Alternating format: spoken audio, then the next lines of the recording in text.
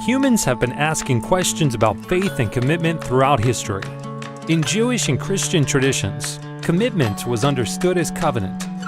God made promises to humankind, and humankind to God. In covenant, people promise to keep God's commandments, and God abides by the promises He makes. But covenant is very difficult to keep. Covenants were made, broken, and renewed.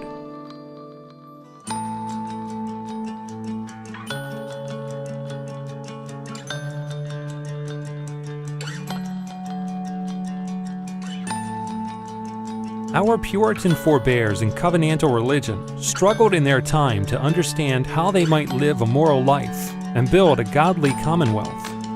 But they failed to ask, who is our neighbor? They failed to ask, do I love if I love only my own? Religious triumphalism in religion and their greed for land led to violence and the slaughter. It led to the enslavement of native peoples of this hemisphere and those of Africa. Their covenant was inadequate because without including love for God's creation and its peoples, it produced a covenanting community turned in on its own. Our covenanting must strive to be inclusive and transformative so that we might nurture a world of creativity and peace. What responsibilities do we have? To what and to whom? UU James Luther Adams thought there was something greater to which we could commit our loyalty, to something he called an ultimate human concern. What is your ultimate concern? To what do you owe your loyalty and commitment?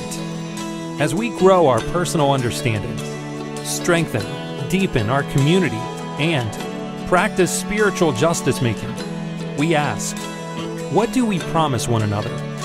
How willing and capable are we of commitments that ask us to live our high aspirations? What promises do we make to our faith?